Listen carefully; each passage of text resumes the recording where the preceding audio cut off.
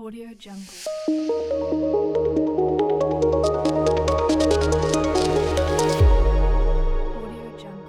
আসসালামু আলাইকুম।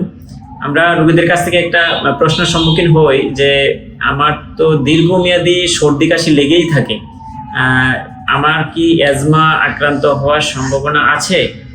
হ্যাঁ, এটার উত্তরটা হচ্ছে হ্যাঁ।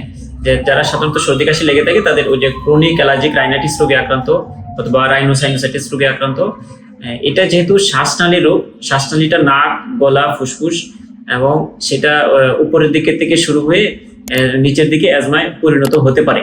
সেটা 3/1 রোগী যারা ক্রনিক অ্যালার্জিক রাইনাইটিস রোগে আক্রান্ত, 3/1 রোগীরা অ্যাজমা রোগে আক্রান্ত হতে পারে। সেই ক্ষেত্রে কারণ অন্যান্য যে অ্যালার্জেন গুলো আমরা শ্বাসনালীতে যেগুলো ফুসফুসে আমাদের প্রবেশ করে, সেটা অ্যালার্জেন গুলো সাধারণত নাক হয়েই প্রবেশ করে এবং এই কারণে যাদের হচ্ছে সর্দি কাশিটা প্রথম লেগেই থাকে এবং তাদের অ্যাজমা হওয়ার আক্রান্তটা অনেক বেড়ে যায় স্বাভাবিক মানুষের তুলনায়। ধন্যবাদ।